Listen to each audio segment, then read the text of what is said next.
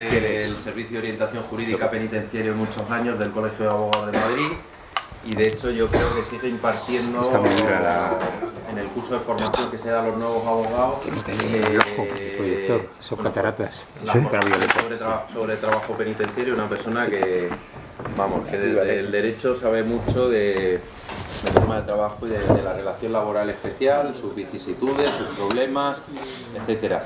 Y luego Valentín Aguilar actualmente es coordinador de la PDHA, de la Asociación Pro Derechos Humanos de Andalucía. Bueno, yo creo que es una persona fundamental en haber puesto, ¿no?, haber intentado articular en torno a la realidad discriminatoria que sufren las personas presas, ¿no?, en relación al trabajo que realizan en prisión, y bueno, de una línea que bueno, pues que se ha intentado trabajar a nivel sindical, pero bueno, que es una cuestión muy concreta, porque bueno, pues muchas veces los sindicatos también representan pues la realidad de lo que es los funcionarios de prisiones, y bueno, una historia que yo creo que no ha sido fácil, pero que sí que es fundamental, ¿no?, la posibilidad de que mejoremos en la defensa de derechos de las personas presas y los derechos de organización como trabajadores que deberían tener, porque la ley no se lo impide expresamente. Entonces, bueno, yo me tengo que ir 20 minutillos, que tengo que ir a un juzgado a una cosa, y vamos, como a Sanguino ya me lo tengo muy visto, me llego para terminar la presentación de Valentín. Venga, bueno, pues primero de todo, gracias a todos y todas. Agradecer también a mi compañero de mesa, Valentín, que realmente sí que es una de las personas en todo España que más sabe de esto que vamos a hablar hoy, y por supuesto no solamente técnicamente, sino de un punto de vista práctico y comprometido. Y no sabéis el privilegio que es poder tener aquí a Valentín hoy, porque en este mundo del derecho laboral penitenciario no se prodigan muchos foros donde poder hablar y donde poder compartir o divulgar lo que hoy en este ratito vamos a tratar aquí, y una de las personas que, insisto, más sabe en nuestro país de todo esto desde el punto de vista técnico y práctico y comprometido, Valentín, y de verdad que tenemos que agradecer su presencia, que además viene de fuera de Madrid, desde Córdoba. Dicho esto, a mí nos hemos repartido un poco la ponencia. No me ha dicho cuánto tiempo tenemos cada uno. Media hora, creo, ¿no? O por ahí. Yo voy a dar un poco la chapa, os voy a fijar el marco normativo de qué se trata todo esto, y después Valentín lo que va a hacer desde un punto de vista más práctico, pues tratar esta teoría jurídica y toda esta normativa de lo que tiene que ver con la relación laboral penitenciaria, que es algo, una rara avis, es una cuestión muy extraña, que no hay tampoco muchos abogados o abogadas en nuestro país que se dediquen a este asunto del laboral penitenciario, y realmente tampoco hay muchos pleitos, son también una rara avis en los juzgados, y eso bueno, pues nos impide ir avanzando también a través de pronunciamientos judiciales en la normativa que vamos a muy rápidamente a resumir. Yo tengo preparado un PowerPoint de cuando hago la formación para los abogados y abogadas que empiezan en el Colegio de Abogados de Madrid, que es este de aquí. Lo he mandado también a los compañeros que están encargados de formación para que os lo pueda mandar si alguien tiene interés. Y después tengo un repertorio también de jurisprudencia del TSJ de Madrid, del Tribunal Supremo, y alguna cuestión más importante, vamos, que os puede servir de manual de ayuda, que está todo en la documentación que le he mandado a los compañeros de formación, con lo que si queréis tomar notas, perfecto, pero si no, está todo ahí, ¿de acuerdo? Y luego algo absolutamente relevantísimo y un avance impresionante para todo esto es este libro, que además es de Valentín. Este libro, que es Trabajo en prisión, que es una guía de consulta absolutamente esencial para todo esto, está hecho además de una manera muy divulgativa, muy correcta, por supuesto, y perfecta en términos técnicos, pero también, insisto, algo que tiene que servir, aparte de técnicos, para divulgar y para que todo el mundo lo comprenda, y cumple ambos objetivos. Por tanto, cuando uno aborda un asunto o una consulta relativa al derecho laboral penitenciario, es absolutamente importantísimo acudir al libro de Trabajo en prisión, que entre otros autores es Valentín. Yo me voy a levantar porque si no, entre lo arduo de esta materia y el PowerPoint, se va a hacer un poco más pesado si no me levanto, que por lo menos así estoy un poco más activo y captaré un poco más la atención con vuestro permiso, ¿vale? Tampoco os agobiéis por el PowerPoint, porque lo que es un resumen que a mí me sirve de guía y a vosotros también de lo que vamos a tratar, ¿vale? Lo primero que os tiene que llamar la atención es lo raro de lo que estamos hablando, y vamos a fijar muy concretamente de qué vamos a hablar hoy, porque dentro del mundo de las prisiones, de las personas presas, hay muchas cuestiones que son parecidas a una relación laboral especial, pero que no lo son. Es decir, hay trabajos que parecen que deben ser retribuidos y que son en algunas ocasiones los mismos que hacen trabajadores que están dados de alta en la seguridad social en este régimen y que reciben un salario, pero sin embargo son solamente parte del tratamiento penitenciario y son parte de esa función reinsertadora que la administración penitenciaria les dice que, por ejemplo, tiene que ir a limpiar y tiene que tener un destino que le va a servir a los efectos de hacer un buen currículum en su trabajo, en su devenir penitenciario, ¿de acuerdo? Pero hoy vamos a hablar de otra cosa. Es aquí. Bueno, partimos del artículo 25 de nuestra Constitución, que establece en su apartado segundo, y es algo importantísimo, que las penas privativas de libertad y las medidas de seguridad estarán orientadas a la reeducación y reinserción social y no podrán consistir en trabajos forzados. Este mismo apartado segundo establece que los condenados a pena de prisión, y ojo lo que pone aquí, en todo caso tendrán derecho a un trabajo remunerado y a los beneficios correspondientes a la seguridad social. Y aquí es donde nos surge ya la primera reflexión que tenemos que hacer. Fijaos lo que dice nuestra Constitución. Bueno, por si alguien no se ha dado cuenta, en el año 78 ya se tuvo que poner que no podrán consistir en trabajos forzados, porque en nuestro país en el año 78 existían trabajadores en régimen de esclavitud o semiesclavitud en el que cumplían penas de trabajo forzados, entre ellos muchos y muchas de las que están enterrados en el Valle de los Caídos. En el año 78 en nuestro país se ponía eso, para que quedara claro, porque aún se daban estos supuestos. Y luego se puso otra cosa, bastante más avanzada y bastante más moderna, que es, como parte de esa reeducación y de esa reinserción, cuando yo estoy preso, tengo en todo caso derecho a un trabajo remunerado. Es decir, como parte de un derecho constitucional, yo, si caigo preso y tengo que cumplir una pena privativa de libertad, tengo derecho a un trabajo remunerado. Eso tiene un alcance importantísimo, a efectos personales y a efectos penitenciarios. Algo que a nadie se nos escapa. En primer lugar, si yo estoy cumpliendo una pena de prisión y obtengo recursos económicos, luego ya veremos cuántos, pero recursos económicos, no soy una carga para mi familia, no soy una carga para las personas de fuera, que normalmente vienen de una situación pues, bastante comprometida socialmente. Segundo, en vez de estar dando vueltas por el patio, en vez de estar dando vueltas pensando en no sé qué o perdiendo el tiempo, estoy en principio trabajando, obteniendo unos ingresos que me van a permitir a mí tener una vida un poco más cómoda dentro de prisión, no siendo una carga, y además desarrollando una posible y futura profesión para cuando salga, y por tanto se cumple una función rehabilitadora y resocializadora y reeducadora, ¿de acuerdo? Bien, fijaos, dice en todo caso. Esto parece que si yo piso una prisión para cumplir una pena, la Constitución dice que en todo caso, cuando yo diga quiero trabajar, debo trabajar y la administración penitenciaria me tiene que dar esa posibilidad. Eso dice la Constitución. Avanzamos. El artículo 26 de la Ley Orgánica General Penitenciaria, digamos que en el escalafón de las normas, para no aburriros, primero está la Constitución, es un poco más complejo, pero para no aburriros, la Constitución y después las leyes orgánicas que desarrollan normativa que incide en derechos fundamentales. Bien, pues tenemos una norma que es la Ley Orgánica General Penitenciaria, que en su artículo 26 incide en lo mismo y establece que los penados en prisión, como el trabajo, como un elemento fundamental del tratamiento. El tratamiento aquí hay que entenderlo, el tratamiento penitenciario. ¿Qué es el tratamiento penitenciario? Todas las acciones que la administración penitenciaria tiene que diseñar individualizadamente para mí, que estoy preso, para que se cumpla lo que hemos visto antes en la Constitución, que la pena privativa de libertad tenga una función reeducadora, resocializadora y me sirva de, aparte de pagar por lo que haya cometido en cuanto a los delitos por los que me han condenado, que me sirva y me aproveche ese tiempo para tener una función más positiva cuando salga, tanto para mí como para el resto de la sociedad.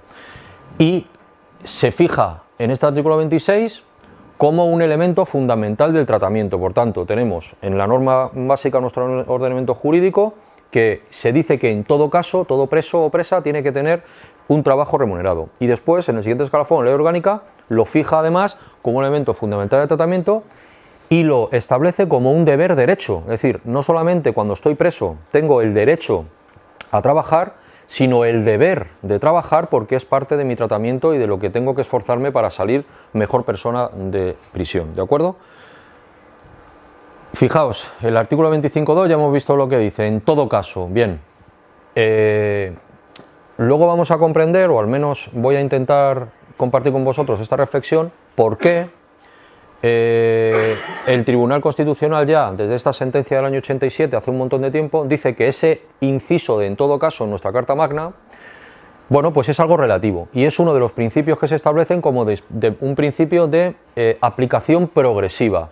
Es decir, el Tribunal Constitucional dice que usted no puede, persona presa, exigirme un trabajo remunerado porque eso tiene que ver con la disponibilidad que la administración penitenciaria tenga para darme a mí un trabajo en prisión. Por tanto, usted puede pedir, pero la administración le irá dando de acuerdo, vaya pudiendo, de acuerdo, en consonancia con sus posibilidades, ¿vale? Y se relativiza ese en todo caso que dice la Constitución española y se relativiza esa obligación que tienen y derecho que tienen las personas presas por la Ley Orgánica General Penitenciaria de trabajar. El Tribunal Constitucional lo relativiza y dice, bueno, el trabajo se podrá dar, depende cómo se vaya pudiendo por parte de prisiones, ¿vale? Esto es algo importantísimo por lo que luego vamos a ver, al menos a mí me lo parece. Por tanto, insisto, ese en todo caso y ese deber derecho se relativiza allá por el año 87 y se establece como un derecho de aplicación progresiva, ¿de acuerdo? Esto tiene una importancia relevante, pero no se ha modificado, esa doctrina no se ha modificado y la sentencia constitucional es del año 87 y sigue, después de tantos años, estableciéndose ese principio de aplicación progresiva para este derecho-deber, ¿vale? Si voy un poco rápido me lo decís, pero es que no tengo mucho tiempo, o si tenéis alguna duda, pues también.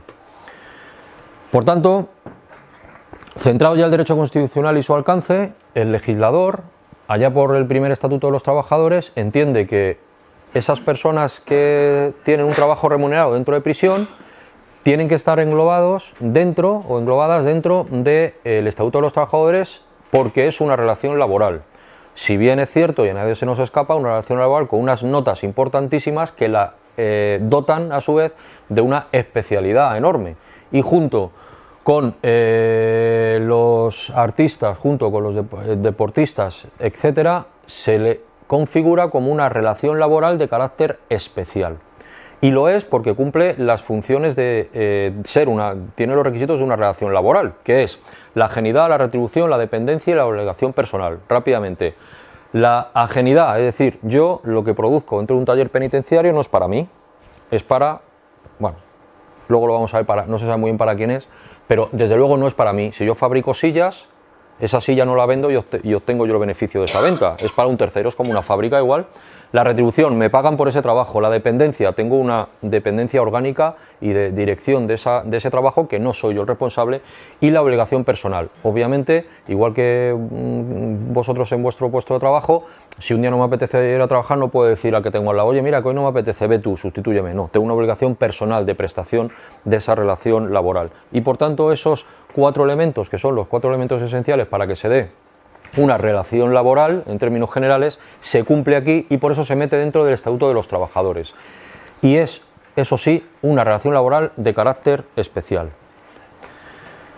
Esta relación de carácter especial que está en el Estatuto de los Trabajadores, hemos visto por un lado, acordaos, la Constitución, la Ley Orgánica General Penitenciaria, seguimos descendiendo un poquito y está el Estatuto de los Trabajadores. Pero el desarrollo más concreto de esta relación laboral se establece en el Real Decreto 782/2001, ¿vale? Este 782/2001 es el que nos va a ocupar este ratito que me queda de hablar. Es donde se establece el marco normativo de esta relación laboral especial y excluye expresamente a las personas privadas de libertad en régimen abierto y que trabajan fuera de los talleres productivos de los centros penitenciarios, así como las denominadas ocupaciones no productivas, como la formación profesional, el aprendizaje o los destinos. Os lo explico rápidamente. Para los que no estéis familiarizados con el mundo de prisión, hay una cosa que los presos demandan mucho Lo primero que demandan es un trabajo y lo segundo que demandan, si no hay trabajo, son destinos. Un destino puede ser de cualquier cosa, de mantenimiento, en economato, en cocina, en limpieza, 1000, en jardinería, 1000. Esos destinos son ocupaciones que a ti te encarga la administración laboral, la administración penitenciaria, para que ocupes tu tiempo y te desarrolles en un oficio, una profesión, bueno, en fin, como una manera de ir avanzando en tu tratamiento penitenciario. Se da el supuesto en muchas ocasiones, y por eso hay bastante confusión, que por ese principio de aplicación progresiva, a lo mejor un jardinero que está en prisión haciendo el mismo trabajo que yo, está dado de alta y es un trabajador con una relación laboral especial y está cobrando, y yo, lo mismo, estoy simplemente ocupando un destino que me va a dar determinados beneficios, la posibilidad de acceder a determinados beneficios y derechos penitenciarios, pero estoy haciendo lo mismo que el de al lado. Esa circunstancia se da bastante y al final es una decisión un tanto arbitraria por parte de la administración penitenciaria, quién ocupa un puesto y quién ocupa otro, en términos como luego vamos a ver. Pero en principio, si yo estoy haciendo una formación profesional dentro de prisión, si yo estoy haciendo un aprendizaje dentro de prisión o tengo un destino auxiliar, no es una relación laboral especial, ¿de acuerdo? Aunque, insisto, muchas veces coinciden, ¿vale? Y por supuesto, hay dentro del tratamiento penitenciario puede haber una clasificación en tercer grado con un régimen de semilibertad que se llama, es decir, yo salgo de prisión a trabajar y vuelvo por la noche o vuelvo cuando se establezca, ¿de acuerdo? A través de la administración penitenciaria, en su caso el juez de vigilancia penitenciaria, pero trabajo fuera de los muros de la prisión. Eso no es una relación laboral penitenciaria, eso es lo mismo que tenemos todos en el supuesto que sea, ¿de acuerdo? Avanzamos. Bien.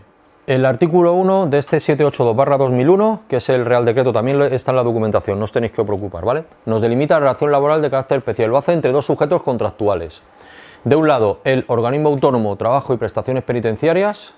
Esto es importante porque ha cambiado de nombre, pero en algunos textos normativos todavía no se ha actualizado ese nombre. Organismo Autónomo, Trabajo y Prestaciones Penitenciarias, que en el año 2015 se convirtió en una entidad de derecho estatal de derecho público adscrita al Ministerio Interior y que se llama ahora Trabajo Penitenciario y Formación para el Empleo. O sea, la denominación correcta es Trabajo Penitenciario y Formación para el Empleo, pero todavía en algunas normas no se ha modificado porque no se han dado cuenta o por pura desidia y sigue apareciendo el nombre inicial, pero es lo mismo, ¿vale? Y de otro, los internos que desarrollan una actividad laboral en los talleres productivos de los centros de trabajo de los centros penitenciarios. La actividad productiva, insisto, con carácter de ajenidad, de obligación personal y de retribución, lo que hemos visto antes. Aquí lo primero de todo que nos tiene que llamar la atención es que el artículo 1 de este Real Decreto, el 782/2001, lo que hace es fijar, de un lado, la relación laboral entre dos personas, ¿no? Entre la administración penitenciaria, a través de trabajo penitenciario y formación para el empleo, y el interno, el preso o presa.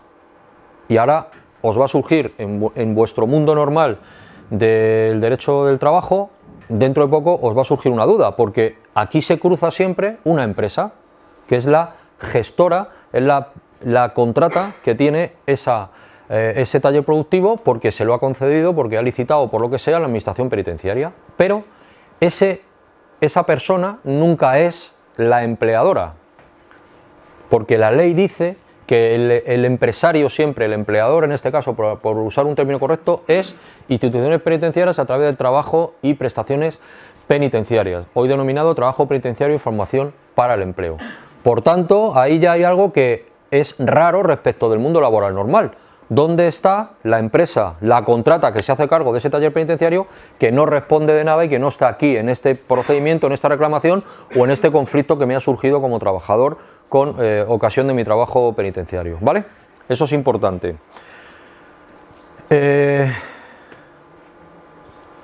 Como os he dicho, el marco normativo es el 782/2001, pero también lo es el Estatuto de los Trabajadores y la legislación laboral general. Pero eso sí, siempre y cuando exista remisión expresa desde el Real Decreto 782/2001 a esa materia concreta. La remisión expresa os lo explico muy rápidamente. Esto quiere decir que mientras, por ejemplo, el 782/2001 no diga que en cuanto a las vacaciones se estará lo dispuesto en el Estatuto de los Trabajadores, no hay remisión expresa. Si no dice que en cuanto a la retribución y el salario se estará a lo que establezca la normativa laboral general, no hay remisión expresa y por tanto, si no hay remisión expresa, lo que no está en el 782/2001 no existe, ¿vale? Y limita muchísimo, por supuesto, los derechos respecto al mundo del trabajo al que estamos acostumbrados y acostumbradas, ¿vale? En relación a las cuestiones litigiosas, a los pleitos derivados de conflictos individuales, el artículo 1.5 del 782/2001 remite a la ley de procedimiento laboral, que ya no existe, pero es que no lo han cambiado, ¿vale? Pasa como lo de la denominación. Todavía lo siguen denominando ley de procedimiento laboral, pero desde hace ya 8 años no existe. Y se establece en la... hay que entender que la remisión está hecha a la ley reguladora de la jurisdicción social. ¿Qué significa eso? Significa que cuando yo tengo un pleito porque me deben dinero o porque tengo algún contencioso no es la palabra para no equivocaros, algún conflicto individual con la empresa, el mecanismo para discutirlo, en este caso la empresa siempre, la administración penitenciaria, es a través de los juzgados de lo social. Bien, hay una remisión expresa que saca del ámbito de los juzgados de vigilancia penitenciaria la solución de los problemas que puedan surgir con ocasión de esta relación laboral especial y lo manda como el resto de trabajadores a la jurisdicción social. A partir de ahí, aparentemente, bien, pero luego vamos a ver que tiene cierto truco, ¿vale? Hay un lío aquí que nos vamos a saltar porque es bastante complejo, que es, como tengo que pleitear, acordaos que el empresario siempre es la administración penitenciaria, hemos dicho. Por tanto, cuando tengo un conflicto, os lo cuento muy rápidamente porque es ciertamente más para si tienes que abordar un pleito. Cuando tengo un conflicto, tengo que poner un pleito, me falta la reclamación previa, ¿no? Porque esa reclamación previa se me exige en algunas ocasiones para interponer una acción contra una administración pública. Y entonces aquí, ¿hace falta reclamación previa o no hace falta reclamación previa? Esto no es pacífico porque ha habido mucho lío con en qué supuestos, cuando abordo procedimientos, se exige o no la reclamación previa, porque hubo una reforma de la ley de procedimiento administrativo común que sacaba la reclamación previa de los procedimientos que luego acababan en la jurisdicción social, pero sin embargo hay otros pleitos, por ejemplo de seguridad social, que sí que exigen la reclamación previa. Es un poco complicado y por tanto aquí también estamos en esta materia laboral penitenciaria con esa duda de si existe o no esa posibilidad de reclamación previa, habida cuenta también de que en determinada reglamentación penitenciaria se exige siempre haber reclamado antes ante la administración penitenciaria para acceder a la jurisdicción que corresponda. Por tanto, aquí yo lo que siempre recomiendo es el principio de prudencia y si alguna vez tenéis que asesorar o conocer algún supuesto de estos, en las solicitudes amarillitas que tienen los presos, pues se pone una reclamación que por medio de la presente reclamo que me deben tanto, se presenta y nos cubrimos. Y así no hay ningún problema. Pero sí que es cierto que no es una cuestión pacífica en los distintos TSJs. Bien. El problema que tenemos aquí sobre todo es que hay muy pocos pleitos, muy pocos. Y como hay pocos pleitos, hay mucha dificultad de ir avanzando en lo que vamos a ver ahora a través de posicionamientos judiciales de corte progresista. Es un problema porque hay muy poquitos pleitos y eso impide que se puedan desarrollar pues estrategias a través de los distintos gabinetes o despachos o asociaciones que se encargan de estos temas para ir incidiendo y avanzando. Es complejo. Por tanto, la jurisprudencia muchas veces es que para otros asuntos ni siquiera la usaríamos, aquí es normalmente muy exigua y muy antigua, pero es que no hay más porque hay muy pocos procedimientos, ¿de acuerdo? Mirad, el acceso al trabajo, es decir, cómo yo empiezo a trabajar. Acordaos, la Constitución decía en todo caso, pero luego el Tribunal Constitucional ha dicho que eso de en todo caso tampoco es así, que es como vaya pudiendo la Administración. Y aquí empieza el truco. Acceso al trabajo se regula en el artículo 3 del 782/2001 y tienen prioridad, porque claro, como es de aplicación progresiva hay que usar unos criterios para ver quién tiene derechos sobre otros, ¿de acuerdo? Primero, internos cuyo programa individualizado de tratamiento contemple el desarrollo de una actividad laboral. Primera parada. Hemos visto que el artículo 26 de la Ley Orgánica General Penitenciaria dice, oiga usted, el trabajo penitenciario forma parte del tratamiento penitenciario, ¿no? Individualizado. Entonces, ¿por qué aquí me dice, da a entender que unos lo tendrán y otros no lo tendrán? ¿De acuerdo? Primera duda. Los internos penados sobre los preventivos, eso sí que es un dato objetivo. Los preventivos son los que todavía no tienen condena firme, ¿de acuerdo? Bueno, eso sí es un dato objetivo, pero nos encontramos el punto tercero, la aptitud laboral del interno en relación a las características del puesto de trabajo. ¿Quién mide la actitud laboral del interno en relación al puesto de trabajo? Esto se llama en derecho un concepto jurídico indeterminado. ¿Y quién tiene las de ganar siempre ante los conceptos jurídicos indeterminados? Pues quien tiene en este caso el poder, que es la administración penitenciaria. La conducta penitenciaria, bueno, podría ser un dato objetivo la conducta penitenciaria. Una sanción, 2 sanciones, 3 sanciones me excluyen de poder acceder a un puesto remunerado. Ahí solo pone conducta penitenciaria. Por tanto, otro concepto jurídico indeterminado. El tiempo de permanencia en el establecimiento penitenciario, eso sí se puede medir. Las cargas familiares, que tenga un hijo, que tenga 2, que esté casado, que no lo esté, que tenga padres que dependen de mí. Otro concepto jurídico indeterminado. Y luego la situación prevista en el artículo 14, que es por traslados temporales, ¿de acuerdo? Pero fijaos, para iniciar mi relación laboral con la administración, para poder desarrollar ese derecho que la Constitución decía, en todo caso tengo derecho a trabajar y que me paguen dentro de prisión, y que luego la Ley Orgánica General Penitenciaria establece como un deber derecho, se fijan unos requisitos que son absolutamente interpretables por parte de la administración penitenciaria. Entonces, ¿quién va a trabajar? Quien la prisión quiera, quien la administración penitenciaria quiera. Y eso es el truco de toda esta historia, porque obviamente los presos y presas quieren trabajar. ¿Por qué? Por muchas circunstancias prácticas y personales. Mientras estás trabajando no estás en el patio. Mientras estás trabajando estás ganando dinero. Estás con la cabeza ocupada en otras cosas. Incluso quizás puede que estés aprendiendo un oficio. Es algo que los presos demandan y los presos desean. Y la administración penitenciaria lo que hace es usarlo como moneda de cambio, es decir, un derecho que está nada más y nada menos que en el artículo 25 de nuestra Constitución y 26 de la Ley Orgánica General Penitenciaria, se convierte en una mercancía en manos de la administración penitenciaria de una manera tan soez, porque os aseguro que esos requisitos los interpretan a su modo y manera, ¿de acuerdo?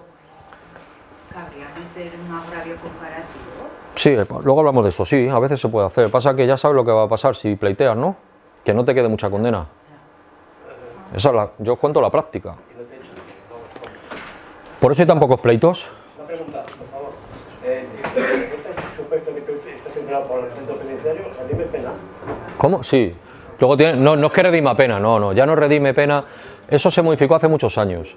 Los beneficios, la gente quiere trabajar por los efectos prácticos que os he contado, pero también obviamente porque, digamos que en tu carta de servicio, es decir, cuando se valora qué haces en prisión, si tú estás trabajando y estás trabajando satisfactoriamente, es un punto muy a favor a los efectos de permisos, revisiones de grado y ulteriores regímenes de semilibertad, obviamente. Pero la remisión eso era antes, hace mucho tiempo, tú solamente con solicitar trabajar tenías la remisión día por día solamente con querer trabajar aunque no te puedan dar, pero sí se tiene muy en cuenta, ¿vale? Los derechos laborales se establecen en el artículo 5 y fijaos lo que dice: a no ser discriminado para el empleo. Hemos visto antes cómo se entra al empleo, ¿no? Pero bueno, aquí dice que no puedo ser discriminado. A su integridad física adecuada a política de prevención de riesgos, al trabajo productivo y remunerado, al respeto a la intimidad y, ojo lo que dice, a participar en la organización y planificación del trabajo en la forma y con las condiciones establecidas en la legislación penitenciaria. Esto es una quimera. Es decir, aquí parece que en esta norma se establece que va a haber ahí una corresponsabilidad o al menos una toma de conciencia de esas personas presas que están trabajando y se le va a tener en cuenta sus opiniones y se va a organizar el trabajo de acuerdo un poquito a lo que digan, pero realmente en la práctica eso no existe. Y tiene derecho también a la formación para el desempeño del puesto, así como a la promoción del trabajo. Lo que pasa es que en la promoción del trabajo son 2 escalas, como lo vamos a ver, hay poco que progresar. Y tienen derecho también, que es lo que preguntabas tú, a que se valore su trabajo productivo realizado y su laboriosidad en orden al régimen y tratamiento penitenciario, así como para los beneficios penitenciarios. Obviamente es importante también, es una de las cuestiones por las que también los presos quieren trabajar, ¿vale? Avanzamos.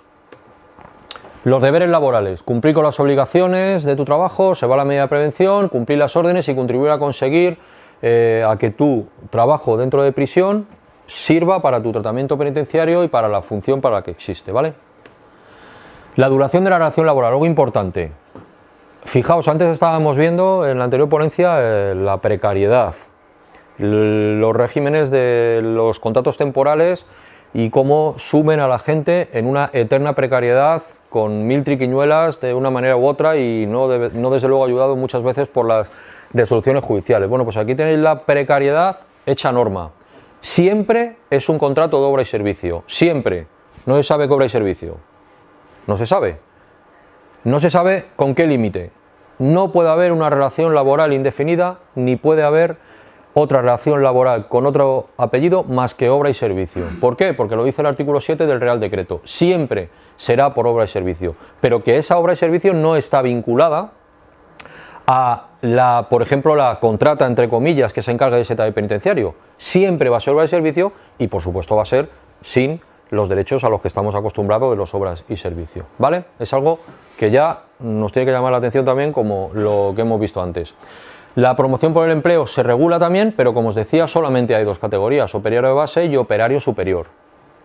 La diferencia, la mayoría de las veces, es la remuneración, que luego vamos a verla, pero tampoco, bueno, sí que hay en algunas ocasiones reparto de funciones, pero no es relevante, ¿no? Luego nos lo explicará de todas maneras Valentín. ¿Cuándo se suspende la relación laboral? Es decir, ¿cuándo se deja lo que algunos podéis entender como excedencia o, por ejemplo, con la IT, que el contrato se queda suspendido, pero luego cuando acaba la causa de suspensión se reinicia? Bueno, por mutuo acuerdo, es decir, porque lo pactan con el preso y la administración penitenciaria, por incapacidad temporal, por enfermedad obviamente, maternidad, fuerza mayor temporal y cuando me sancionen, porque también obviamente por una sanción me pueden decir, pues vas a dejar de trabajar 2 meses. Tampoco se dice cuánto, pero está en manos de, en este caso, la Junta de Tratamiento. La Junta de Tratamiento, digamos que es el órgano que rige el tratamiento penitenciario de los presos en cada prisión, ¿vale? Luego, otra circunstancia absolutamente indefinida, razones de tratamiento apreciadas por la Junta de Tratamiento. ¿Qué razones? Que alguien diga, a ti ya no te viene bien trabajar, estás mejor en el patio. Otro concepto jurídico indeterminado. Esto sí, los traslados no superiores a 2 meses, que lo hemos visto antes, y otra cuestión, motivo de disciplina y seguridad penitenciaria. ¿Dónde está regulado eso? ¿A criterio de quién? De nuevo, no solamente para entrar, sino para que me suspendan mi relación laboral, estoy en manos de la administración penitenciaria con una normativa cuajada de conceptos jurídicos indeterminados en la que están en manos esa interpretación de la administración penitenciaria. Y fijaos, si ya un trabajador o trabajadora está en una situación de desequilibrio ante quien detenta los medios de producción, el poder, la posesión de los medios de producción, pues imaginaos una persona privada de libertad ante la administración penitenciaria. La descompensación es absoluta, ¿no? En caso de suspensión, el director del centro penitenciario, que digamos que es el CEO, ¿no? Es el gerente, el jefe supremo es el director del centro penitenciario, puede designar a otro interno para ocupar ese puesto de trabajo por el tiempo que dura la suspensión. Pero no será un contrato de interinidad, ¿eh? También será un contrato de obra y servicio, porque todos tienen que ser así. Bueno, ¿cómo se extingue la relación laboral? ¿Cómo finaliza el contrato? Por mutuo acuerdo, por la terminación de obra y servicio, pero si entra otra no hay subrogación, ni artículo 44, ni nada de nada. Por ineptitud interno del trabajador conocida o sobrevivida, con posterioridad al desempeño del puesto de trabajo, también otro concepto jurídico indeterminado, por muerte, gran invalidez o invalidez permanente, jubilación, fuerza mayor, renuncia o, fijaos, falta de adaptación al trabajador a las modificaciones técnicas, siempre que hayan transcurrido como mínimo 2 meses, también otro concepto jurídico indeterminado. Pero, a ver, ¿qué le he dado más? No, para acá, ¿no? Se extingue y fijaos, esto es donde está excarcelación, bien, contratación con empresas del exterior porque me han dado un 3er grado y salgo a trabajar fuera, bien, pero ¿cómo me pueden privar de mi puesto de trabajo? Por razones de tratamiento apreciadas por la Junta de Tratamiento. ¿Qué razones? Por el traslado, bien. Por razones de disciplina y seguridad penitenciaria. ¿Qué razones de disciplina? ¿Una sanción, 2 sanciones, 3? Me he pegado. La sanción es que además es gravísima y me han metido un procedimiento penal porque he pegado a un funcionario. No se sabe. O, fijaos, el incumplimiento de los deberes laborales básicos. ¿Cuáles? Estamos acostumbrados y acostumbradas en los convenios y a través de la jurisprudencia decir, mira, si tú ofendes gravemente a un compañero es una leve, si tú lo ofendes 2 veces es una grave, si le pegas te vamos a despedir, todo el mundo sabe a lo que más o menos se atiene, ¿no? Aquí esto es lo que hay. No, no está definido. Y luego muchísimas veces, como forma parte del tratamiento penitenciario, ese tratamiento penitenciario, esas decisiones que inciden en el tratamiento penitenciario no van a la jurisdicción social. Si tú tienes que impugnar una sanción, lo vas a hacer a través de la vía penitenciaria y después a los juzgados de vigilancia, con lo que es más perverso todavía, ¿no? Bien, avanzamos. Algo importantísimo, en el derecho laboral penitenciario no existe el instituto del despido. ¿Por qué? Porque no hay remisión expresa. El 782/2001 no dice, en cuanto a la extinción de la relación laboral, estés a lo que dice el Estatuto de los Trabajadores o la normativa laboral general. No existe. Ya lo dijo el Tribunal Supremo en el año 2012, creo, si no que me corrija Valentín, con una sentencia que dijo, mire usted, aquí no se puede hablar de despido. Pero, bueno, de aquella jurisprudencia se extrajo algo, que es, no podemos hablar de despido, pero como toda decisión de la Administración tiene que ser revisable, y tiene que ser revisable bajo los parámetros de motivación y fundamentación. Por tanto, todo eso que hemos visto antes de que me pueden echar de mi puesto de trabajo por esos motivos así arbitrarios, se puede revisar ante la jurisdicción social, no a través de un procedimiento de despido, sino de un procedimiento ordinario, donde se le pueda cuestionar a instituciones penitenciarias que me han despedido sin fundamentación y sin motivación. Y ahí el Tribunal Supremo dijo que sí podemos entrar, ¿vale? Por tanto, bueno, se dejó una puerta abierta y una posibilidad de discutir esa decisión, ¿de acuerdo? Seguimos. Por tanto, por supuesto, si lo ganas, ni improcedencia ni indemnización. Como acto administrativo carente de motivación y fundamentación, ese acto es nulo y por tanto volvemos a la casilla de salida. ¿De acuerdo? Pero olvidado de indemnización y de cuestiones de esas. No, tampoco. Esos son salarios de tramitación y ahí no hay remisión. No sé si habrá alguna resolución al respecto, pero yo por lo menos no la he visto. Bien. La organización, control y dirección de trabajo corresponde a instituciones penitenciarias a través del organismo autónomo, ¿vale? Ya sea directamente o en colaboración con personas físicas o jurídicas del exterior. Pero el empleador es siempre el organismo de instituciones penitenciarias. Y es aquí donde todos decimos, pero esto es una contrata, ¿no? O sea, una empresa entra al taller dentro de instituciones penitenciarias y es que va a estar ahí. Es que lo que yo produzco es para ellos. Es que muchas veces quien me da los encargados y quien me da las instrucciones son ellos. Es que los métodos de trabajo me los dan ellos. Esto es una contrata, si no una cesión ilegal de trabajadores. Los medios de producción, pues a veces son 50-50, hay de todo, pero claro, por ejemplo, es que da igual que los medios de producción, o sea, da igual que sean propios, o sea, tú como empresa del exterior que entras a colaborar con instituciones penitenciarias en un taller productivo, no eres el empresario. Y por tanto, si tú tienes una discusión por un conflicto laboral, te tienes que ir contra instituciones penitenciarias. Si demandas a la empresa, te van a decir que no tiene legitimación pasiva porque a mí me excluyen como empleador. Hay algunos supuestos, como en cuestiones relativas a seguridad y salud y accidentes, que bueno, que sí por la responsabilidad o corresponsabilidad que pudieran tener, se han entrado. Pero, en principio, porque lo establece la norma, el empresario siempre administración penitenciaria, ¿de acuerdo? Lo que os decía, el artículo 12, participación a través de aportación de ideas de manera individual o colectiva, dice, sobre los planes de trabajo y sistemas laborales en materia de prevención de riesgos y formando parte de los equipos encargados del control, mantenimiento del sistema, seguridad y prevención. Pues mirad lo que dice el artículo 12 del Real Decreto 782, que tengo ciertos derechos no solamente de carácter colectivo, de manera individual, sino de manera colectiva. Eso es importante por una reflexión que vamos a hacer luego al final, ¿vale? El salario se regula en el artículo 15 y siguientes del 782 y se determina en función del rendimiento normal de la actividad y el horario que tú cumplas, con unos parámetros que se establece un módulo retributivo anual que instituciones penitenciarias tiene bastante oculto normalmente, que incluye parte proporcional de pagas extras, descanso semanal y vacaciones. Por tanto, no hay vacaciones retribuidas porque ya me va en el módulo diario de pago, ¿vale? A este módulo se le pueden añadir primas por producción. El pago de las retribuciones se hace mensualmente en la cuenta de peculio del trabajador. ¿Qué es la cuenta de peculio? Pues digamos una especie de cuenta bancaria que los presos tienen cuando están privados de libertad y que, bueno, pues digamos una especie, imaginaos una especie de tarjeta de crédito contra una cuenta, pues ahí es donde se me paga, ¿vale?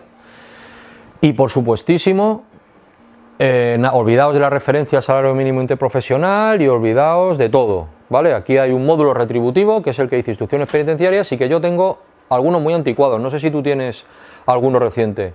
¿Tienes algo?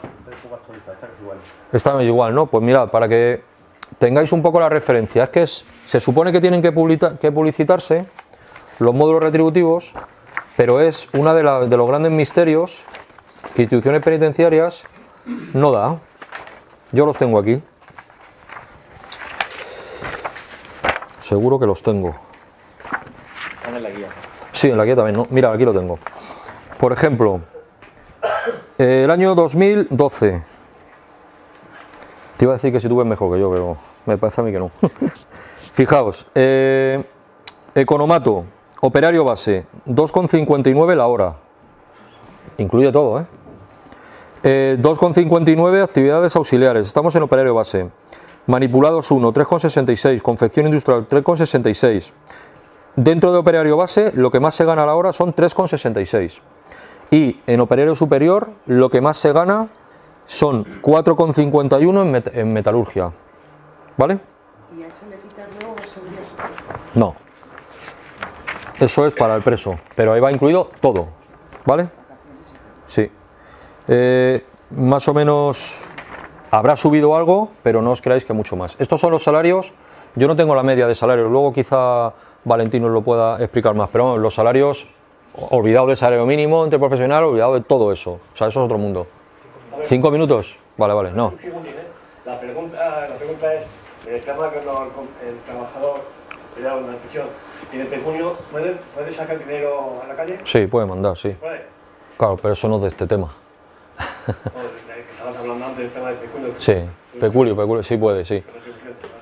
Es lo que hacen. Imaginaos esos, pues no sé, miles de supuestos, no tienen por qué ser personas migrantes, pero un supuesto que se da mucho es que una persona, bueno, no sé, se me ocurre un ejemplo, la típica persona mula que trae 2 kilos de cocaína o 3 kilos de cocaína en la maleta y le calzan en el aeropuerto, pues se va a ir de Bolivia, que viene, o va a acabar en fuera, o va a acabar en Extremera.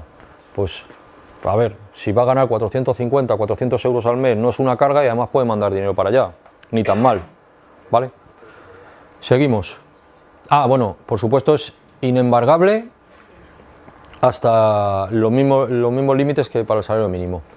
El tiempo de trabajo, descanso y vacaciones se establece en el artículo 17 y se hace un calendario laboral con jornadas y turnos. Todo esto bastante relativo, porque luego el mundo de los talleres es bastante falto de regulación.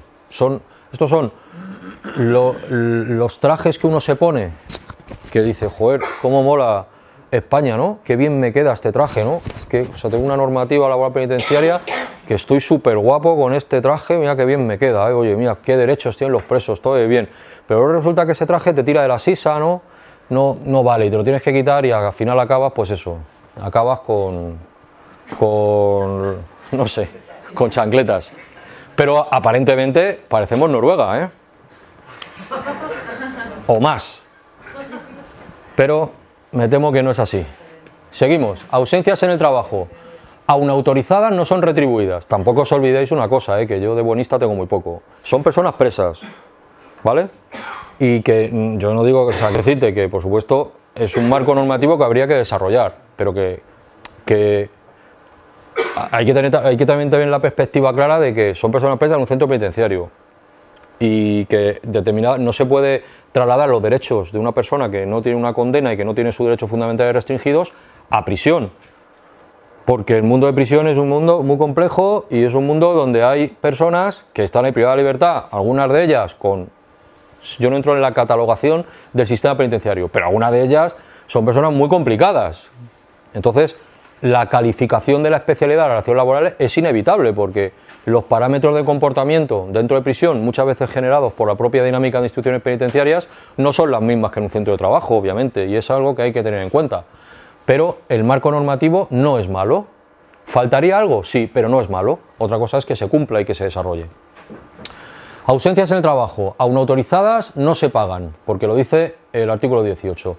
Y ya no me extiendo más, que ya creo que voy a acabar. En materia de seguridad social, cotizan y tienen derecho a prestación sanitaria, maternidad, riesgo durante el embarazo, incapacidad temporal, muerte y supervivencia por contingencias comunes y también por contingencias profesionales. Además cotizan y tienen derecho, prestación sanitaria, maternidad, riesgo del embarazo, IT, muerte y supervivencia por contingencias comunes y también por IT por contingencias profesionales, ¿vale? No tienen los mismos derechos para cobrar lo que se denomina comúnmente la baja que nosotros, porque tienen derecho a IT siempre que sea por contingencia profesional, es decir, por una enfermedad o un accidente profesional. Y además cotizan y tienen derecho a las prestaciones por jubilación y desempleo. Esto es muy importante también. Los presos cuando salen, si han cumplido al menos 6 meses de prisión, tienen un derecho a un subsidio que se llama subsidio de excarcelación. Tienes que haber estado privado de libertad al menos 6 meses y un día, ¿vale? No que lo ponga en la sentencia, sino que hayas estado cumpliendo la pena, al menos 6 meses y un día. Eso es lo que se llama subsidio de excarcelación. Bien, eso es una cosa distinta a esto. Ellos cotizan y tienen un derecho a una prestación contributiva porque han cotizado por esa contingencia, ¿de acuerdo? Y bueno, pues nada más, y espero que no haya sido muy chaposo. Y ahora pasa Valentina.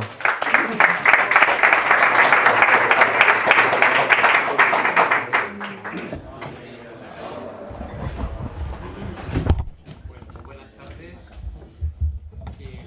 El placer es todo mío estar aquí con vosotros. No es habitual hablar de este tema, como planteaba Paquito, pero porque también es verdad que pocos foros interesa. Es decir, es un tema muy marginal. Todo lo que tenga que ver con prisión en general no interesa a casi nadie. Y si se sale a luz pública, más bien es para criminalizar o intentar establecer que no deben tener ningún tipo de derecho, que ya tienen demasiados derechos. Bien. Entonces, yo voy a intentar prácticamente poner un poco de cuestión práctica y propuestas a lo que ha ido desarrollando él. El esquema va a ser básicamente una pequeña introducción y hablar de algunos temas previos a la entrada a trabajar en prisión, otra parte que es dentro cuando estás trabajando en prisión y posteriormente cuando finaliza esa relación y algo de seguridad social. Básicamente es lo mismo, pero organizándolo de esa forma. Como previo, como introducción, decir que la guía esta se hizo en realidad principalmente para llegar, para documentar lo que ya había, lo poquito trabajado, poquito porque en realidad, como planteaba, había muy poquitas reclamaciones. Y después muy poca gente que estemos trabajando, que controlemos el tema. El tema penitenciario, como podéis imaginar, es un tema que no da dinero. Por tanto, de inicio hay poco interés. Los pocos abogados que entrábamos ahí somos abogados que trabajamos sobre todo en los servicios de orientación jurídica penitenciaria. Y lo que hacemos estos abogados es intentar ayudar un poco sobre todo en la vida en prisión, es decir, cómo intentar salir en permisos, cómo conseguir un tercer grado, cómo cuestiones mucho más relacionadas con la estancia en prisión más común. Poquita gente tenía conocimiento del tema laboral. Por tanto, era como una materia un poco difícil. La idea con esta pequeña guía era ponerlo por escrito, que fuera muy entendible. De hecho, se pasó a un preso para que le diera vuelta y lo tradujera un poco también a su propia lengua y se pudiera entender fácilmente dentro. Entonces, es algo muy básico, que se lee muy sencillo, y el objetivo era inundar un poco las prisiones para que pudieran menear el tema y empezar a ver más reclamaciones. Los presos normalmente, las personas privadas de libertad, les muy fácil reclamar ciertas cosas, como por ejemplo mi permiso, mi tercer grado, como hemos dicho, lo habitual. Pero cuando salimos de lo habitual, si hay que poner una denuncia contra prisiones por cualquier otro tema, malos tratos vida en prisión relacionada con el tema laboral, son temas que les cuesta, que no controlan, que no conocen y que les da un poco de miedo. Y efectivamente son temas más complicados. Si alguien recurre permiso, es normal, todo el mundo lo entiende, incluso los propios funcionarios le animan, pero tú recurres, si a lo mejor te lo van a dar y tal. Cuando hablamos de otros temas, nadie anima y es un tema desconocido. Desconocido en todos los sentidos, incluso la jurisdicción normalmente va a ser la social. Por tanto, supone algo diferente. Les cuesta mucho reclamar, normalmente cuando reclaman es fundamentalmente, pues como también los trabajadores de la calle, cuando han salido, o sea, cuando ya acaba la relación, ya hay poco que perder. Pero la diferencia es que cuando han salido de trabajar, pero siguen estando dentro de prisión, siguen estando muy vinculados. Es decir, el director de ese trabajo penitenciario es el mismo director del centro penitenciario. Entonces es una realidad un tanto compleja. Y la gente no se quiere jugar mucho el tema de la libertad avanzar en su libertad por mucho que pueda haber por medio por vulneración de derechos laborales. A partir de ahí, lo que siempre vamos a tener un enfrentamiento y esto va a determinar todo, el trabajo es un elemento de tratamiento, es decir, está pensado para que la persona privada de libertad pueda salir y salga de otra forma diferente a como pudo entrar, o por el contrario, esto es un trabajo puro y duro y por tanto como tal debe ser respetado sus derechos. Bueno, es difícil, y lo digo porque en función de qué opción tomemos, eso va a determinar casi todo. La mayoría de las sentencias yo creo que prejuzgan el fallo, o sea, predeterminan, yo voy a decir esto y ahora me monto la película del por qué lo voy a decir, ¿no? Y la mayoría de las veces suelen, cuando fallan en contra del trabajador, del preso, de la persona privada de libertad, es porque han decidido que esto es un tema más de tratamiento, que es algo que está para ellos, pero no miran el carácter laboral que hay detrás de todo esto, ¿no? Yo creo que hay que mantener ambos conceptos, es decir, es ambas cosas, y como es ambas cosas hay que respetar ambos conceptos. Es decir, no parece nada razonable que una administración pública tenga lo que yo considero que es un empleado público porque trabajan para una administración, tengan a esa persona trabajando. Ya subió, está un poquito más superior al importe, que este es el 2011, se ha actualizado esto era el 2012 y ya se ha actualizado a 2,90 y tanto, ¿vale? O sea, ha subido 40 céntimos, un 20%, está muy bien, pero que el salario mínimo también ha subido un poquito más desde entonces. Y que en cualquier caso son precios muy razonables, es decir, pagar este importe con todas las deficiencias que ahora vamos a ver a continuación es absolutamente irrazonable y eso, lógicamente, una administración no debe ser ejemplo. Si queremos que esa persona cambie en su actitud, en ciertas historias, habrá incluso que, si se me apura, darle la viabilidad de ver que lo que, como trabajador, tiene una serie de derechos que de luego no son los que está viviendo. Es decir, si lo que vive es cierta explotación, cuando salga, pues parece más probable que pueda aguantarla. Debería tener un poquito más de información y sobre todo un poquito más de derechos. Bueno, y ya entrando en esa materia de qué derechos vamos a ver conculcados, el principal y fundamental es, con claridad, que a una persona le van a decir tú vas a trabajar porque el educador considera el funcionario que tú y tú son las personas que, porque en este momento yo creo, en ocasiones acertadamente, porque sean las personas que puedan estar, bueno, pues a lo mejor con mejor actitud o con ciertas historias, pero al final lo que se prima mucho también es la buena conducta y el buen rollo. Es decir, yo considero que tú eres la persona ideal, pero no hay ningún tipo de procedimiento. Había una serie de ítems que he puesto aquí, pero esos ítems no son nunca, me atrevo a decir, respetados. Básicamente porque a veces encontramos a personas privadas de libertad que se le llaman a trabajar y en su programa individualizado de tratamiento se comentaba que es el PIT, es lo que cuando una persona entra, teóricamente se le ve, digo teóricamente porque hay que ver cómo se hace eso, ¿no? Se le ve, se le dice tus carencias son, necesita hábitos laborales, necesita pues, lo que sea, ¿no? Atención a drogodependencia, lo que fuese, todo eso, educación, tal, se pone y eso es lo que... Pero eso es la teoría, en la práctica mucha gente está trabajando y en su programa no aparecía eso, y era el primer ítem. Quiero decir, el segundo ítem era penado sobre preventivo y en alguna ocasión también hay gente... Entonces, eso no se respeta y al final lo que se hace es, por otros elementos diferentes, que de luego no son esos, se determina quién va a trabajar. Entonces, la primera crítica importante es que, aunque la norma apunta a que deben seguirse esos ítems deben ser evaluados y deben ser tasados y como cualquier persona, pues tiene que tener derecho a acceder para ver cuál ha sido su puntuación. Entonces, la primera propuesta que se hacía, que se ha hecho en instituciones penitenciarias, es publíquese en el módulo en el que están esas personas, las plazas vacantes que hay 3 plazas vacantes, y ustedes pueden echar sus méritos, su historia, su nombre, hasta tal fecha, y después que se bareme, lógicamente, y se establezca cuál es el orden de prioridad. No que se haga como yo quiera. Eso ya permite transparencia, permite incluso pues, poder recurrir si en su caso se plantea. Pero lo que no tiene ningún sentido es que se haga sin ningún tipo de transparencia. Estamos hablando, insisto, de una administración. No puede hacerse como actualmente. Hay que tener en cuenta la importancia que además para el preso tiene el tema del trabajo. Es decir, uno puede ser el tema económico. Pensamos en la persona presa, que normalmente es verdad, proviene mucho de exclusión, pero no todo el perfil es así. Entonces hay gente, y aunque proceda de exclusión, la mayoría tienen familia, tienen hijos pequeños, tienen responsabilidades familiares que deben cumplir y por tanto es razonable que todas esas personas puedan acceder a algún tipo de retribución económica y que no sean además un coste para la familia. La familia normalmente lo que hace es ingresar a estas personas. Entonces el objetivo, por eso para ello determinante, no es pequeños ingresos que no cueste a la familia y que además si pueden contribuyan. Pero después está la otra clave que es el tema no tanto económico, sino más de de acceso a la libertad. Es decir, se evalúa, se puntúa y se considera como muy positivo estar trabajando en prisión. Por eso también la mayoría de la gente quiere trabajar, incluso aunque no tenga necesidades económicas. Por tanto, es como un punto de entrada importantísimo para el acceso a la libertad. Después, hasta ahora mismo en la guía, podríais observar, están por aquí, quedan algunas, de todas formas están en internet para la gente que quiera, están trabajo, prisión, te aparece. Actualmente lo que había, quien después quiera lo curiosidad, al final vienen los 4 o 5 modelos que hay, se decía, se concede el puesto de trabajo tal en atención a razones de tratamiento. Y ya está. Ese era todo lo que había de contrato, ¿vale?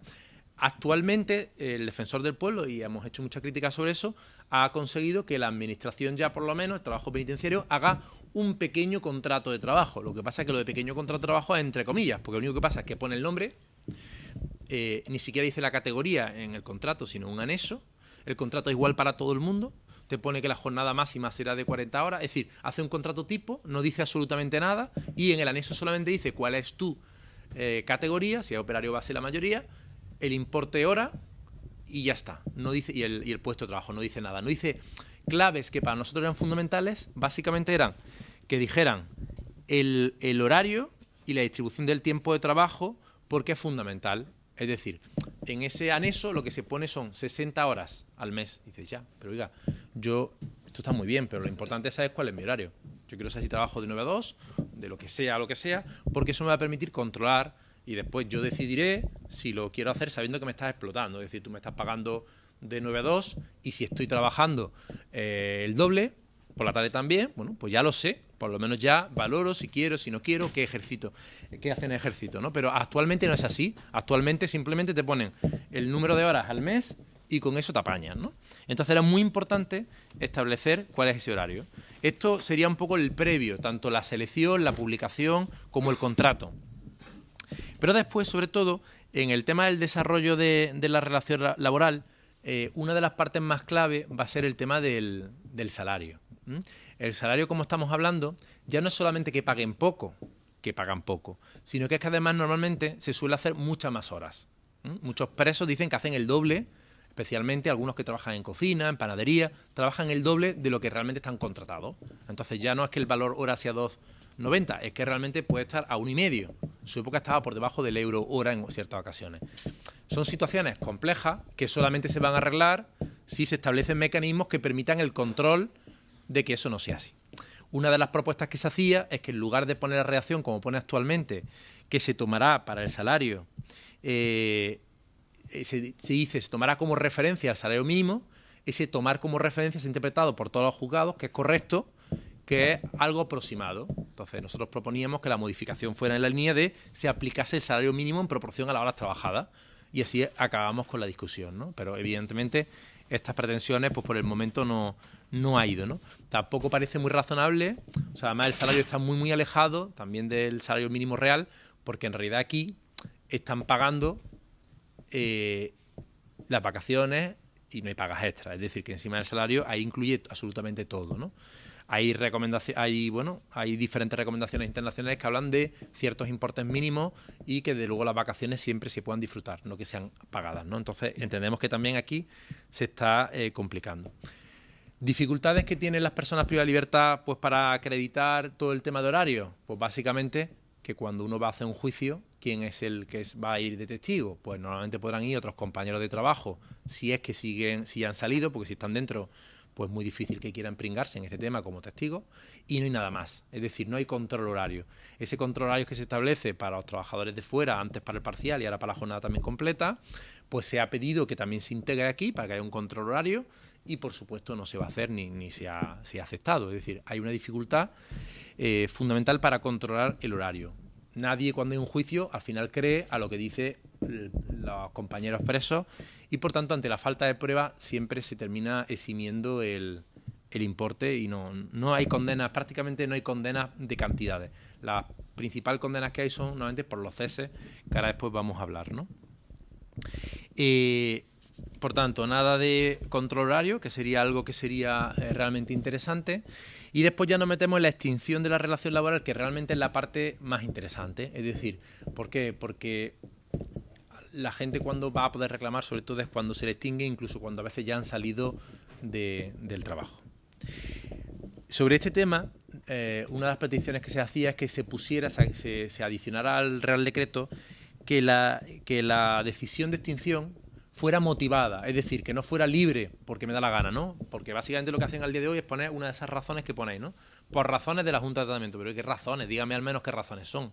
Por razones de disciplina bien laboral o disciplina penitenciaria. No, concréteme qué es lo que está pasando, cuál es la razón, ¿no? Entonces ni siquiera eso lo metían en la carta, que podéis también ver los modelos que son cutres, que son un recuadro, un rectángulo con una línea, ¿no? Que simplemente reproduce lo que ya aparece en el texto legal, ¿no? Entonces planteamos que tenía que ser motivado. Esto sí ha tenido bastante más éxito, esto ha llegado al Supremo y efectivamente el Supremo ya en la sentencia del 2012 sí que dice que efectivamente se puede controlar si se han cumplido formalmente con los requisitos que deben al menos cumplir una extinción y efectivamente tenía que estar motivado. Eso por un lado. Y después también plantea el Supremo que debe controlarse si el contenido de lo que se dice en esa carta de cese es cierto o no es cierto.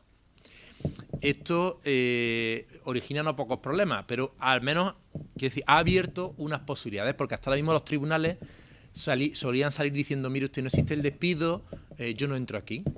Entonces, porque efectivamente al no haber una remisión al Estatuto de los Trabajadores con el tema de los despidos, pues es muy complicada esta realidad.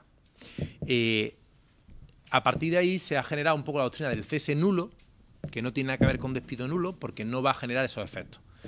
Hemos tenido algunas sentencias donde efectivamente han dado salario de tramitación, pero normalmente ha sido más bien por fallos del propio juzgado, no por otra cosa. Es decir, incluso me han aplicado el salario mínimo porque el abogado del Estado lo bueno que tiene estos temas es que no los controla, no sabe de qué va, entonces van a un sitio donde no controlan absolutamente nada. Suelen ganarse estos procedimientos principalmente porque el abogado del Estado y la administración penitenciaria no están acostumbrados, entonces no hacen una adecuada defensa del procedimiento, aportan simplemente documentos, nunca llevan ningún tipo de testigo, no llevan a nada, entonces eso un juzgado de lo social dice, mire usted, disculpe que esto en penitenciario, en juzgado de vigilancia les vale, todo lo que diga la prisión está bien, amén, pero aquí es diferente, aquí tiene usted que acreditar algo de lo que está planteando. Entonces, normalmente los ceses efectivamente suelen ganarse. El problema no es que se ganen o no se ganen, y además suelen ganarse porque a los jueces, incluso a lo social, a veces incluso le parece interesante ver algo diferente de lo habitual. Está un poco hasta las narices de las cantidades de los despidos, no sé qué, ¿no? Y de pronto aparece por allí una persona esposada donde van a hacer un juicio y dice, bueno, ¿no? Entonces abren los ojos y dicen, es que me van a contar, ¿no? Entonces, si el abogado se la mira bien, el abogado de esa persona privada de libertad, posiblemente pueda conseguir un buen resultado. La dificultad principal es en los efectos. O sea, yo he tenido en alguna ocasión a un preso que le han cesado 2 veces. Este sí fue bien porque en realidad este sí fue de los que consiguió salario de tramitación. Pero no es raro que te cesen una vez y te vuelvan a cesar. Sobre todo porque si las consecuencias solamente que se dicen, efectivamente el acto estuvo mal, usted vuelva a su puesto de trabajo. Pero no hay ningún tipo de consecuencia más. No hay indemnización, no hay salario, no hay nada. Es decir, yo juego a que usted espera 9 meses, dentro de 9 meses me gana, vale, muy bien, pues nada, le repongo y le vuelvo a echar cuando me dé la gana y así jugamos todo el tiempo que haga falta, porque no pasa nada, no tengo ningún tipo de consecuencia jurídica importante. Entonces, nosotros hemos planteado que sí que se puede considerar que cuando hay una indemnización por daño de perjuicio sí se puede acreditar, y bases para acreditar ese daño y perjuicio muchas veces lo unamos a los salarios dejados de percibir, pero ahí se han dado cuenta y dicho, no, mire usted me está metiendo aquí los salarios de tramitación y esto no procede, ni porque sea lucro cesante ni nada, que no procede. Bueno, pues busquemos otro ítem diferente, es decir, si yo he perdido pues un avance en mi progresión, porque muchas veces cuando te echan dejas de tener permiso o dejas de tener tercer grado, pues yo esto lo valoro económicamente. O si he dejado, me ha tenido consecuencias negativas de que no he podido aportar y me han denunciado incluso la madre de mi hijo, porque, bueno, pues vamos a valorar económicamente de alguna forma los perjuicios que me ha supuesto todo este procedimiento. La verdad es que todavía no hemos tenido mucho éxito, pero sinceramente entendemos que deberían conseguirse algún tipo de resultado, porque si no, al final no vale absolutamente para nada ganar este tipo de demandas, ¿no? Más allá de poner colorado a la prisión. Importante también, el informe de laboral, antiguamente aparecía en el ítem de quién era el empleador, aparecía el ítem de trabajo penitenciario, ¿vale? O ATT. Eso era horrible porque, claro, si tú vas a pedir trabajo y tú vas con la vida laboral y te ponen que has trabajado en prisión, pues seguramente no sea muy positivo, más estigma. se consiguió que cambiara por el concepto centro público, pero centro público es el que se utiliza tanto para los penados en prisión como para los chavales penados en centros de reforma, con lo cual tampoco es que sirva para demasiado, lo buscas por internet y lo encuentras. Entonces al final nosotros proponíamos que bien desapareciera o bien apareciera con otro concepto más indeterminado, que no sea único y que no genere este tipo de posibilidad de estigmatizar, ¿no? Bueno, un poco hay propuestas de mejora que planteamos para no estigmatizar a la gente. Importante, lo que estamos hablando en prisión, digo porque no lo hemos dicho ninguno de los dos, hay unos 12.000 personas privadas de libertad trabajando. O sea, es un tanto por ciento de un 20% aproximadamente de la gente que está en prisión. Es un número relativamente importante. Esas personas que están trabajando, trabajan normalmente bien para la propia administración penitenciaria, en actividades tales como hacer la cocina, en economatos, que son las pequeñas tiendas que tienen para repartir cosas, para vender cosas, pequeñas cuestiones, mantenimiento, es decir, hay limpieza, hay zonas, hay cosas que se hacen por parte de los propios presos para la administración penitenciaria. Este trabajo directo, en realidad es un ahorro directo para la prisión. Es decir, además hay estudios directamente en alguna sesión de ellos evalúan y dicen, a mí me está costando la comida de cada persona privada de libertad, creo que eran alrededor de 3 euros. Mientras que si lo hiciéramos por catering, en Cataluña costaba 6 y en no sé dónde cuesta más 10 euros. O sea que es un ahorro económico. Es decir, ellos están ahorrando a costa del trabajo de estas personas. Entonces, evaluando su trabajo y evaluando, evidentemente, cuánto costaría traerlo de fuera, se concluye que es un ahorro en comida, en la realización de la cocina, en tener a funcionarios contratados pues, haciendo ese tipo de venta de productos, dándole algún tipo de suministro, o hacer mantenimiento, pintura o lo que sea, ¿vale? Entonces, todo ese tipo de cuestiones es un ahorro para la administración. Y después está la otra parte, que son las empresas externas. Se hacen productos de todo tipo que nos pueden ser muy curiosos. Se hacían ataúdes, se hacían rejas para otras prisiones, se hacían incluso para el Centroamérica algún tipo de institución también le pedía algún tipo de... Se hacían los trajes de los propios funcionarios de prisiones, se llegaron a hacer togas para los abogados, se han llegado a hacer todo tipo de productos, es decir, papel, se fabrican muchos productos. Bueno, está bien, lo que pasa es que eso se está haciendo a un coste por debajo del precio, ¿vale? Esto ha generado problemas. Y aquí encontramos ya un primer conflicto ideológico, si se apura, con el tema de sindicatos. De hecho, hubo una proposición no de ley que se aprobó por unanimidad, creo que fue en el Congreso, donde se decía, mire usted, lo que no puede ser es que las empresas que han hecho ERE en la calle puedan contratar personas dentro de prisión. Bien, lógico. De hecho, es que hay prisiones como la de Ocaña, donde prácticamente todo el mundo trabaja para una gran empresa que se dedica y trabajan dentro de prisión, trabajadores de dentro, presos, con trabajadores de la calle, con la diferencia de que uno cobra 10 veces más que el otro. O sea, un trabajo, ¿no?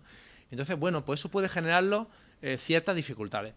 Pero también es verdad que aquí hay que modular mucho, que efectivamente, si se le exige a la empresa una subida del salario muy alto, también probablemente nadie va a apostar por este tipo de personas, porque nadie, si va a ser un precio de la calle, va a querer contratarlos, ¿no? Entonces ahí tenemos la duda de efectivamente cómo subir, desde luego el salario mínimo debe llegarse, y cómo efectivamente se pueden producir situaciones injustas y descompensadas que son difícilmente de resolver, ¿eh? O sea, que no hay una solución sencilla.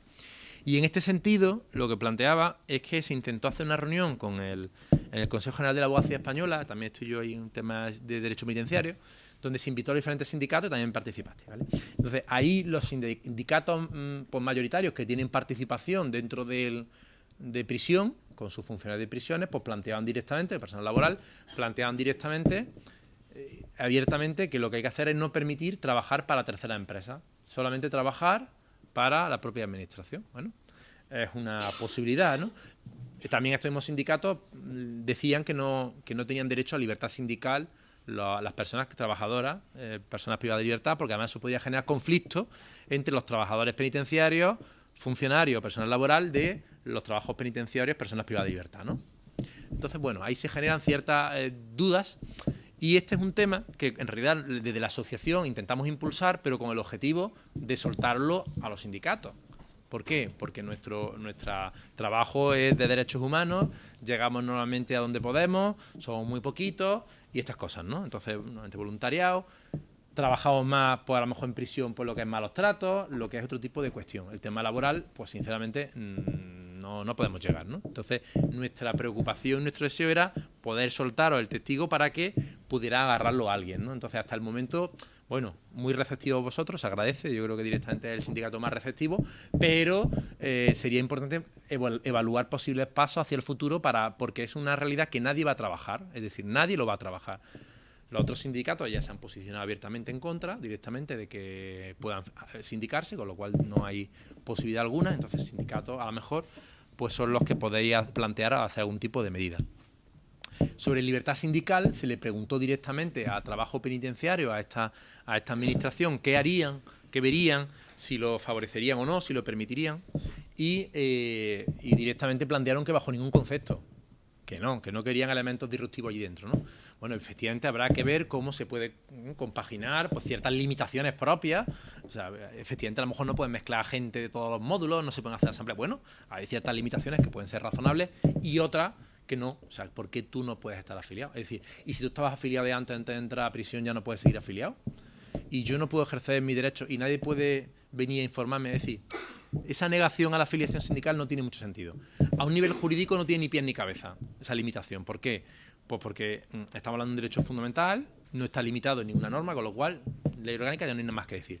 Pero es que aparte el Constitucional, cuando se ha pronunciado en situaciones relativamente anómalas, en el sentido de no lo habitual, con las personas en situación documental irregular, se ha dicho que estas personas, ¿vale? Y aunque no puedan trabajar, es decir, sin posibilidad alguna teórica, legal de trabajar, tienen derecho a libertad sindical. Es decir, que si una persona que no trabaja puede ejercer este derecho, no parece ningún sentido que una persona que trabaja para la propia administración y que no tiene limitado este derecho ni en ningún sitio, ni en la ley, ni en la sentencia, ni por el sentido de la pena, que es las limitaciones que establece el 25.2 para las personas en libertad, se le pueda restringir. Entonces, ¿abierto el campo? Yo entiendo que está abierto completamente. ¿Para hacer qué? Para hacer todo. Desde constitución de secciones sindicales para simplemente empezar a hacer campaña informativa, para personas... Hay personas dentro de prisión que algunas ya, bueno, pues están muy vueltas y ya llevan mucho tiempo y le da un poco igual. Quiero decir, hay gente que no le importa en ese sentido y quieren hacer guerra, o sea, dentro de prisión hay gente, bueno, pues muy guerrillera y que estarían dispuestos a tomar, dentro de cabe, y aunque tengan represalias, pues un liderazgo dentro de prisión, y yo creo que realmente sería un tema muy, muy interesante y que permitiría grandes cambios de otra forma, porque uno por uno es prácticamente imposible.